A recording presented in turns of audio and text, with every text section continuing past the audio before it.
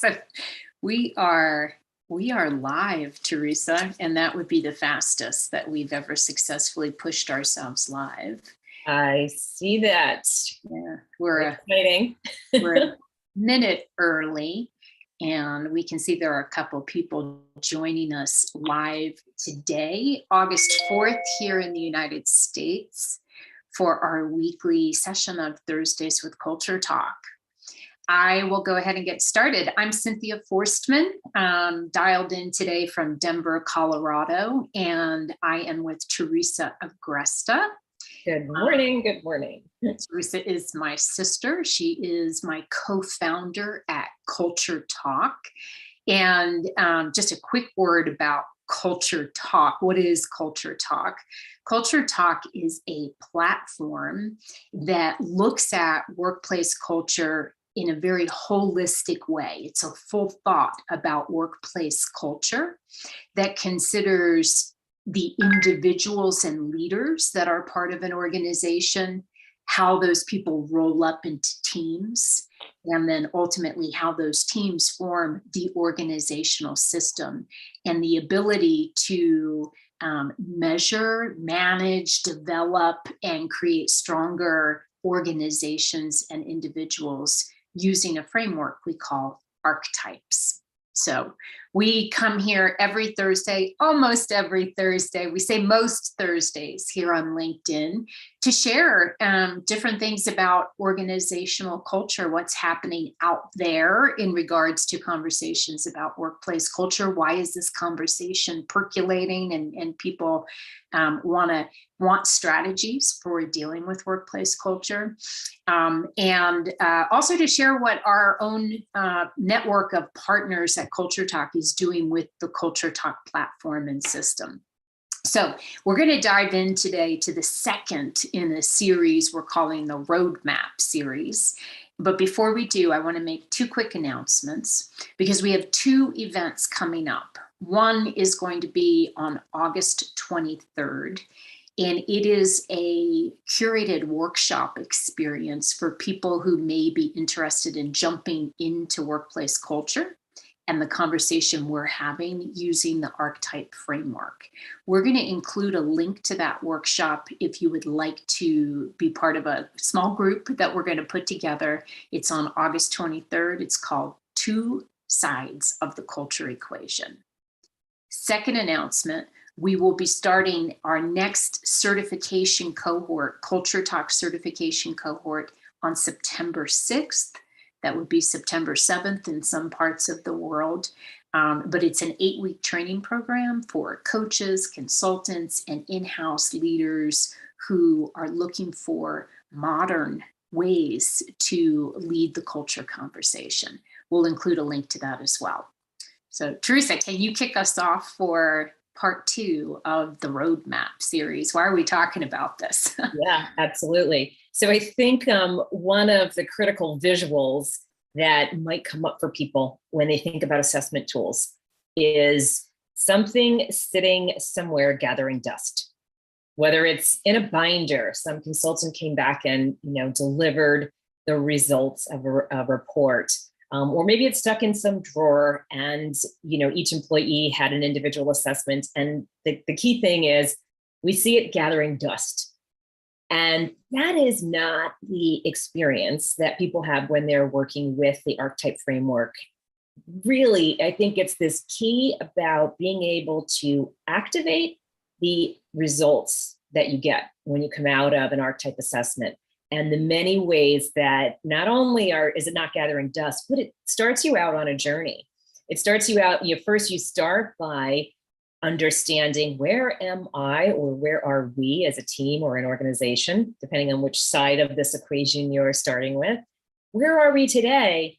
And how can I use what I learned about ourselves or myself to move to a new place, to use it as the impetus to make important changes, to improve, to develop.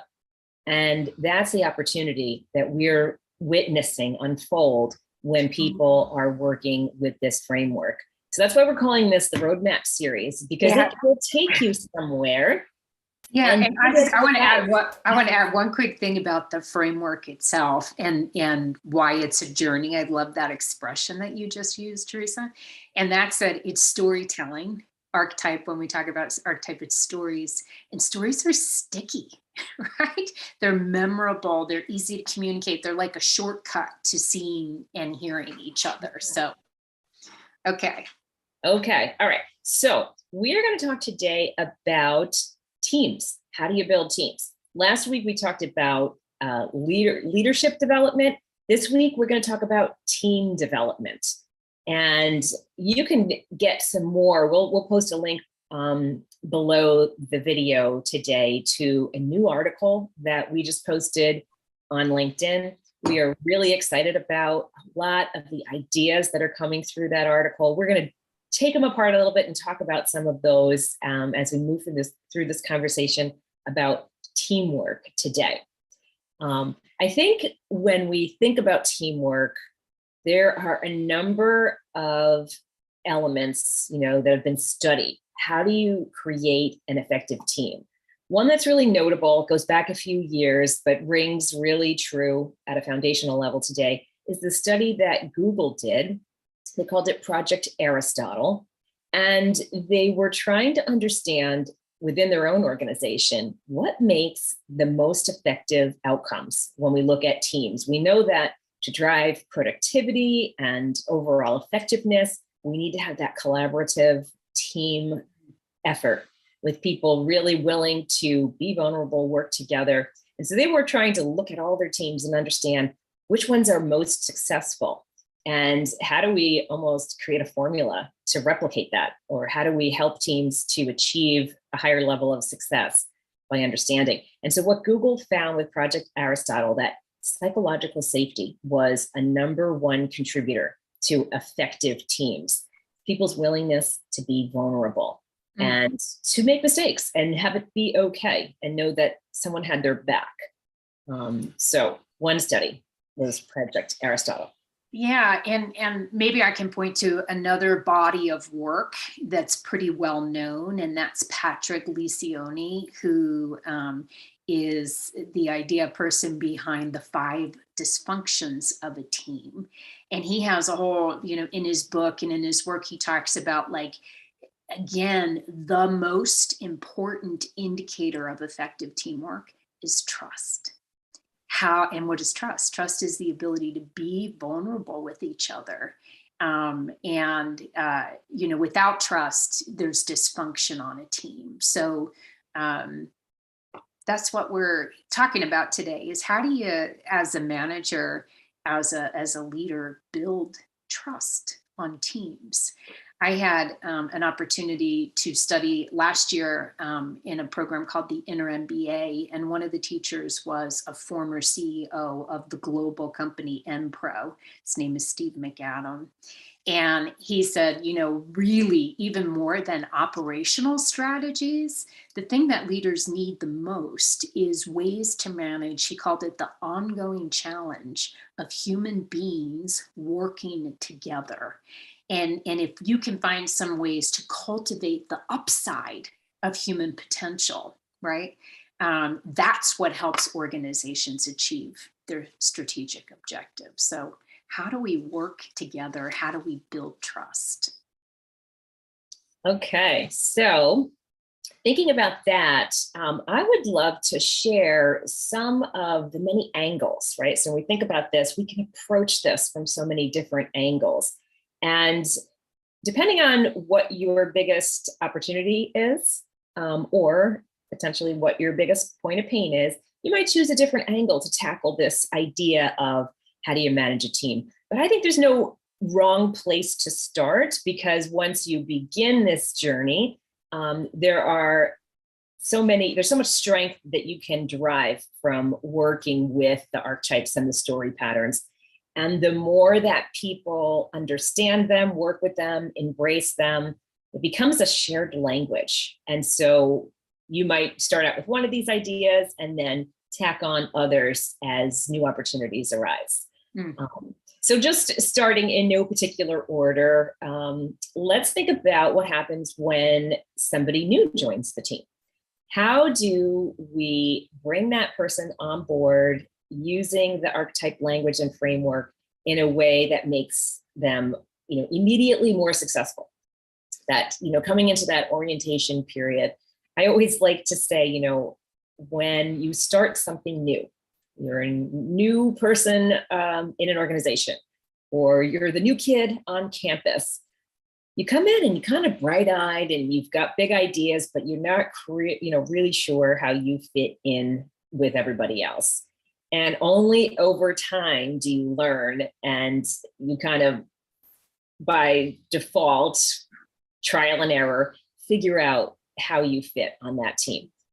What if you were to arrive with a profile that clarified who you are, what your personal stories are, how those have laddered up to create who you are today, what you're excited about coming to this team, what you're hoping to learn, and how you believe that your best strengths are going to add value to the team. So by bringing a new employee on and helping them to develop their own archetype profile, they have this point A, this roadmap, this starting place for expressing that in a clear way. Right. And also at that same time, we see people using in onboarding programs, introducing who else is already on the team, who's already developed an archetype profile. So this new person is coming in and they're saying, I am, ruler, hero, I don't know, pick one, innocent, pick three. But they're coming in and they understand, oh, my boss has this profile, or, these people that are, on the specialty team with me have these kinds of profiles. And everybody has taken that opportunity to introduce themselves at a deeper level and get a little bit more personal, which is what vulnerability is about, right? It's trusting people with our stories.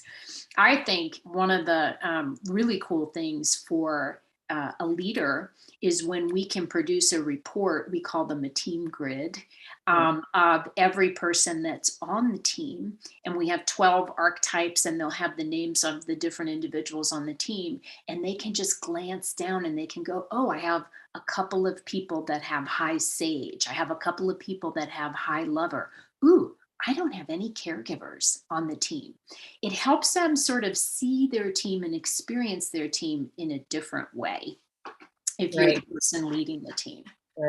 Right. And that can really enhance the leader's ability and everyone's ability. This is information that should be shared, not just with the leader, but with everybody on the team. So how do I communicate in a way that allows me to be heard more quickly? Well, by understanding what the profiles of my teammates are, or my direct reports are, I can kind of shortcut misunderstanding and be aware of how something might land generally with people, develop tactics that will help me to be, able to communicate more quickly and, most importantly, more effectively, more successfully. Because communication doesn't happen if one person is just speaking, but the other doesn't understand. Right. So, taking the chance to pause and understand who's on the team and what tactics can I employ that will help both of us to be more successful, which is ultimately what we all want. What you and you're getting at some, you mentioned early on the article that we just published on the Culture Talk page. It's called Learning the Language of Teamwork. And that is an aspect that we get at through that conversation we were having with our Culture Talk partners at Articulate, who are communications coaches, is this idea of understanding, even in this conversation, in this moment. Let's say I'm in a potential conflict. My buttons are being pushed. I'm in a meeting and somebody has said something that has rubbed me the wrong way. We've just introduced a little coaching protocol around, it's called the PASS process, which stands for pause, ask, shift, speak. And it's a tool for teams that if I do know your archetypes and I know my archetypes and I know what story, and I'm triggered in a potentially, a situation that could potentially de-escalate, right? I'm sorry, escalate into a larger conflict. Can I, in that moment, take a pass? Can I pause? Can I ask myself, which of my stories am I in at this particular moment, and why do I feel the way I do? Can I, once I have that awareness, shift into a space that will allow me to be more effective, as you said, Teresa, in the communication? And then can I speak? And can I speak from a place that says, hey, this is what I need as a caregiver, as a, hero, as whatever archetype I am, as a revolutionary. Here's what I'm triggered by, and here's what I need, which is a very different way to, I think, a much deeper level of self-awareness and willingness to get on. And we have a question coming in here on the LinkedIn feed asking for an example of that. So Okay. can we share an example of that is a real life experience someone had using the patterns on their team? One that occurs to me is where one of our partners was using the system with a sales team. And the leader of the sales team was a little bit standoffish about the whole process, not so sure that he really wanted to participate to begin with. But as the experience took shape, he started to recognize where he was continually bumping heads with someone on his team. He had a revolutionary archetype. And in really being able to, in the moment, understand where someone else's patterns were rubbing him the wrong way, they were able to go out into the hallway, literally during a morning exercise, immediately. And that is the gift of the revolutionary. Something's wrong. I'm going to take care of it right now. But after years of not being able to understand why the other person was a real challenge to him, he was able to, in the moment, address it head on and recognize how they might be able to be more effective and work together more specifically, more effectively. It's a great example. And what I love is this idea of really pinpointing what is the source of conflict on a team, because those are the kinds of things where communications break down and teams break down and teamwork breaks down. If we cannot push ourselves, I want to say push ourselves, I want to say grow ourselves through conflict. So another aspect to this is understanding that whatever your archetypes are or my archetypes are, there isn't one that's better. There isn't a good one and a bad one. There is, in each of these patterns, a way that it shows up, as a gift, a way that it shows up to move a team forward. And on the team, we can start to say, oh, these are the things Teresa should worry about. And these are the things Cynthia should worry about based on the strengths of our patterns. And what an opportunity to relax a little bit too. Because if you know that someone else is intrinsically designed to respond to something that you're not particularly good at, you don't have to take responsibility for that. And it can be a handoff where you say, oh, thank God Cynthia's worrying about that because I'm going to go focus on things that I'm good at. I think another good example that we can point out is the story that is told in the LinkedIn article that we're referencing. And it's the story of three teammates, two who have the magician archetype and the third who has a sage archetype, and how the fast moving, fast thinking, fast accepting magician makes the sage squirm when they have a new idea that hasn't been vetted, and how that team can use the past process to recognize that the sage needs something very different at that meeting and in that environment. And they are well served to allow that sage for multiple reasons. First, because the sage asks good, necessary questions that they need to hear and consider about their bold idea. And second, because if they don't, even if the sage eventually comes along, they have alienated that person along the way. So the opportunity to bring everybody along without resentment, without that lack of trust that develops when you feel like you've been run over. Yeah.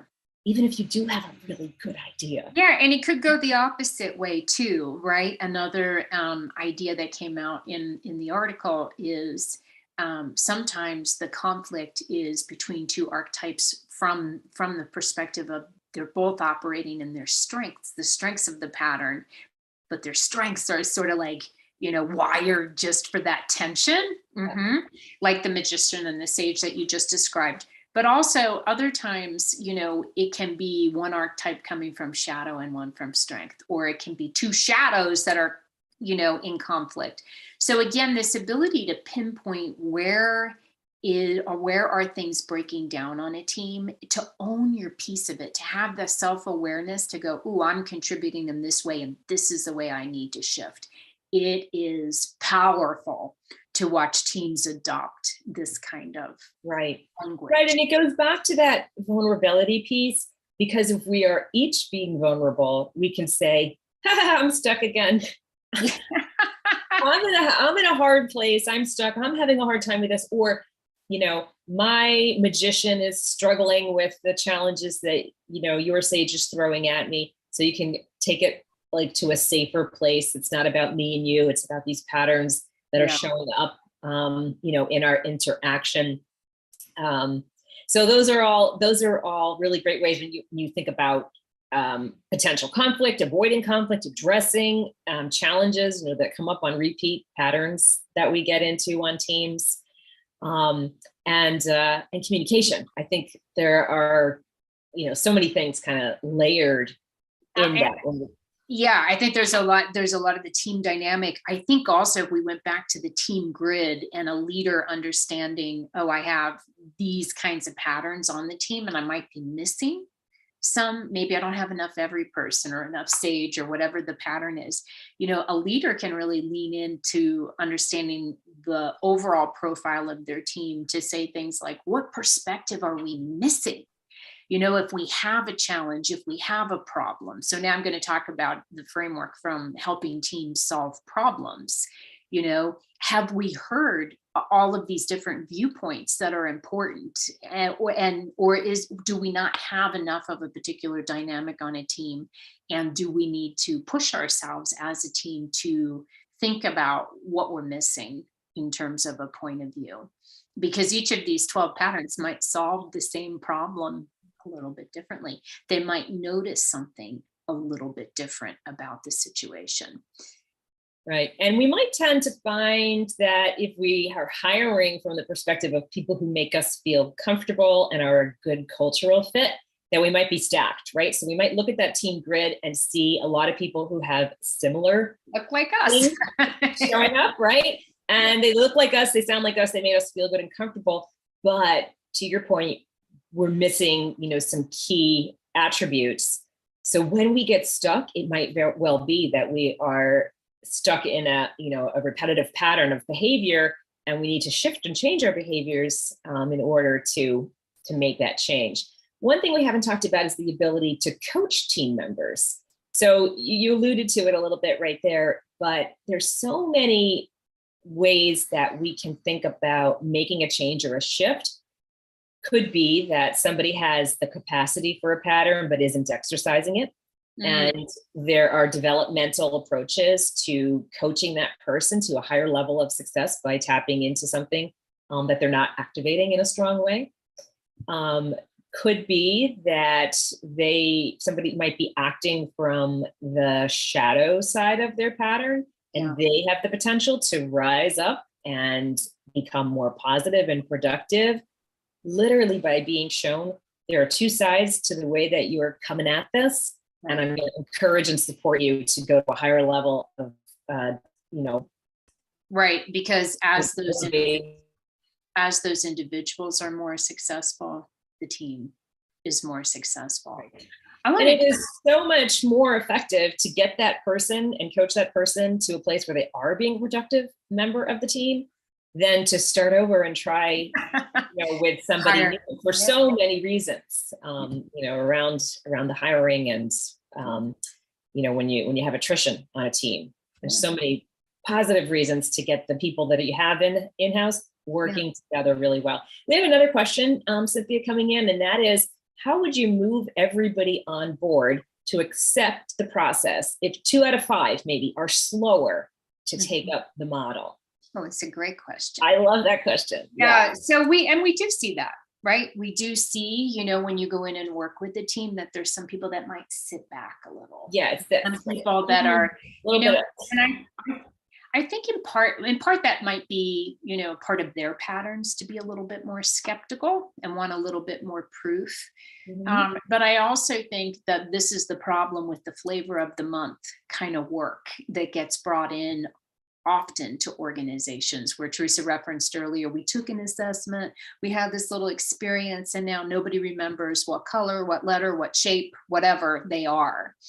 And what we see with archetypes is because they are, something we can pull through so many different aspects of developing a team, that over time, even the resistors start to, so we kind of welcome the resistance and we say, that's a valid point of view. We're not pushing you. But what they see is that it starts to work. And other people are starting to use the language, and they're saying, Teresa, we need your ruler. We need your this, Cynthia, back off on that. You're doing that creator thing again. And so there's this very sticky, stories are sticky. People remember them. And now we have a shortcut again to being more effective. So we have experienced in watching teams use this, that even the resistors eventually come along, and often they become, the champions, promoters, the champions. Yeah. And one of the things I absolutely love as well is those phone calls that come in 6 months later. Yeah. Where people are saying, you will not believe what is happening on this team, what is happening in this organization. I can't believe the stickiness. And, John, who was sitting in the corner over there when you did your session, or, was just so resistant, is just changed into a different human being. We don't recognize this person who might have been a real problem spot for the team. Yeah. The real thing that's happening is John is feeling seen and heard and accepted for who he really is. What happens when something goes awry or there's a negative experience around John?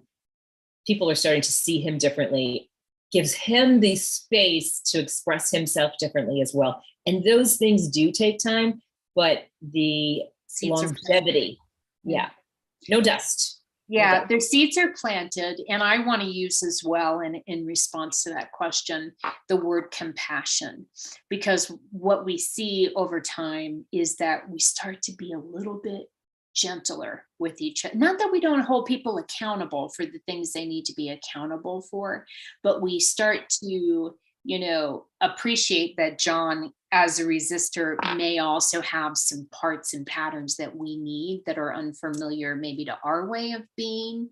But I just think it opens up more space for people to show up authentically. And to your point, at some point, people start celebrating John, right, for all of the ways he's contributing. Right. And he feels like there's a different sense of belonging. And I wanted to touch on belonging, because that's another way, DEI conversations, diversity, equity, inclusion conversations, how, they run the absolute gamut. But if you were really thinking at the end of the day, what we're looking for is people from all different walks of life and all different archetypal patterns as well, to diversity of thought, diversity of personality and thinking. Yeah, to feel like part of something. And that takes a certain, it takes that deeper level of vulnerability that, as you mentioned, Teresa, happens over time. So we do, that's another way that our partner community is bringing archetypes to bear in, helping organizations strengthen the team dynamic. Yeah. Yep. And Fatima, one of our partners, is sharing here on LinkedIn that she often sees that it's a very reflective process that brings to bear a lot of hindsight. So it may be seeping in again over time. Yeah. That's because it's not gathering dust. It's actually working, right? It's working at a. Yeah. Yeah. And we see people have kind of the ahas that they might have in the seed planting first time that they're getting introduced to archetypes. And then as those ideas take root, the deeper level of the way a team begins to interact with each other. Again, I'll just say it's very powerful. Teresa, we're almost at the end of the half hour. I thought it would be fun to just talk a little bit about creativity and resilience, because those are two. Before we do, though, we have another question coming in here. Okay, sorry. So Christopher's asking briefly, how do you best move to the stickiness to sustain the process? So I'm hearing a little bit of question around if it takes a little while to get sticky, how do you get there, with that sticky piece? Yeah. And that's not what we have, an enormous library of resources, team building resources, coaching resources, tools to support the coming together of human beings, whether they are looking to build on positive relationships that exist, learn tactics and tools to communicate better, or resolve conflict. There are any number of specific graphic resources, coaching and facilitation tools, workshops, games, all part of the CultureTalk system. So one thing that we find is continue to bring it to life. Keep the conversation going.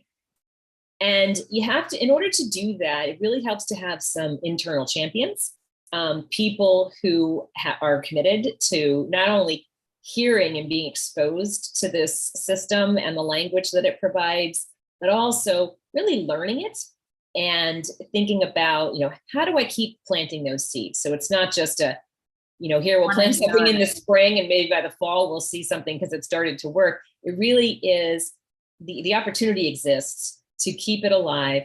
And generally, maybe even after a little bit of a resistant, group to begin with, generally people have fun with it. Yeah.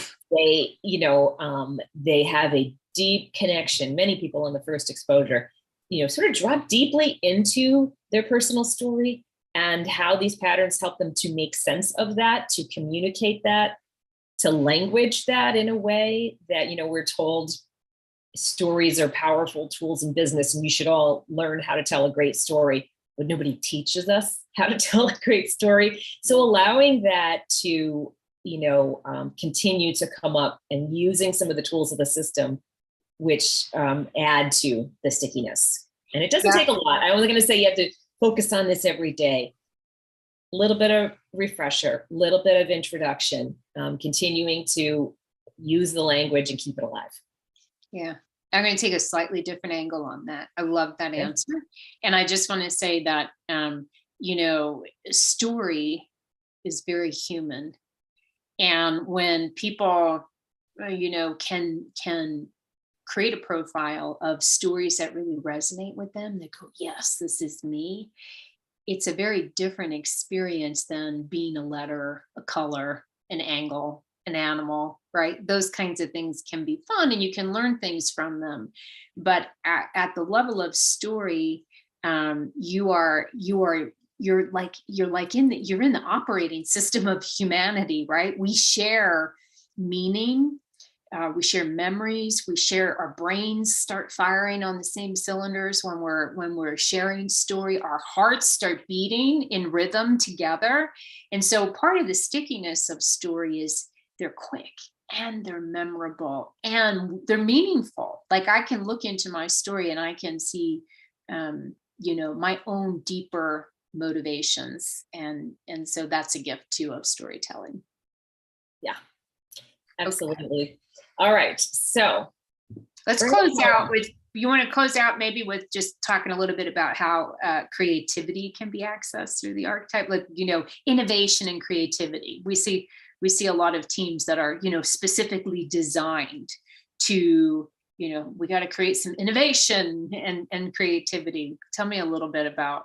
Yeah, so we have one tool that really helps us, again, to go back to that journey, that roadmap. How do we go from potentially being stuck and feeling like we are unable to come up with new ideas to getting unstuck and into our best, elements of creativity. And I think that starts by recognizing that it's not only some people who can be creative, but each of these patterns offers a gift for the way in which they are able to add to the conversation around creativity. So I think we talked about the diversity of a team being able to tap into expertise, ideas, approaches at different levels. If we had all of one type, we might say, well, we want all goal-oriented people. Well, that would be a whole bunch of heroes. We'd be lacking the diversity of thought that allowed us to, really engage with each other and be more creative. So I think it's about learning what are the opportunities for each pattern and how to encourage each person to tap into their greatest creativity. And then open team to that, like staying open to everybody's inputs, everybody's approach to a new idea, allowing all of those things to come up and be acceptable and be heard and be part of the conversation is really what we're going to get to that diversity of thought. Again, back to where we started around the studies that prove that diversity of thought is really where you get to creativity and creative outcomes on teams. So I think that there's a lot of value in understanding that. And we could share some additional ways, but I think we should close out here our conversation on a roadmap for team development using the Archetype storytelling framework. Again, we're going to pop 3 links in the footer of this video. We'll pop one to the article, Learning the Language of Teamwork, one to our August 23rd invite-only workshop we're calling the 2 sides of the culture equation. And really, if you are looking for a framework to bring into your organization or clients, we'd love to give you a personal experience of the work. And that's what that August 23rd workshop is all about. And then we'll also pop a link in for our September 6th certification program. Always feel free to reach out to Teresa or I if you want to have a one-on-one conversation. And happy first week of August out there on LinkedIn land. Yeah, absolutely. Thanks for being here with us today. And we will see you again